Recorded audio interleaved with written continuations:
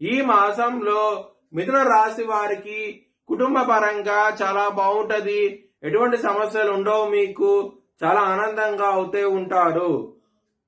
ధన పరంగా ఈ మాసం అనేది ఎటువంటి లోటంటూ ఉండదు. మీకు కుటుంబ పరంగా ధన పరంగా చాలా బాగుంటది ఈ మాసం అనేది. లవర్స్ కి మాత్రం ఈ మాసం అనేది చాలా బాగుంటది. పంచమాధిపతి అయిన శుక్రుడు మీకు దశమ స్థానంలో ఉంటారు. మరియు 26వ తారీఖు నుంచి లాభస్థానానికి వస్తారు. లవర్స్ కి మాత్రం ఈ మాసం అనేది చాలా బాగుంటది. ఎటువంటి సమస్యలు అయితే ఏమీ ఉండవు. హెల్త్ పరంగా ఇబ్బందులు అయితే ఉన్నాయి. చాలా జాగ్రత్తగా ఉండండి. ఇబ్బందులు పడే అవకాశం ఉంటది. శత్రులు అనే వాళ్ళు పెరిగే అవకాశం ఎక్కువగా ఉన్నది ఈ మాసంలో. కాల భైరవ అష్టకాన్ని చదువుకో.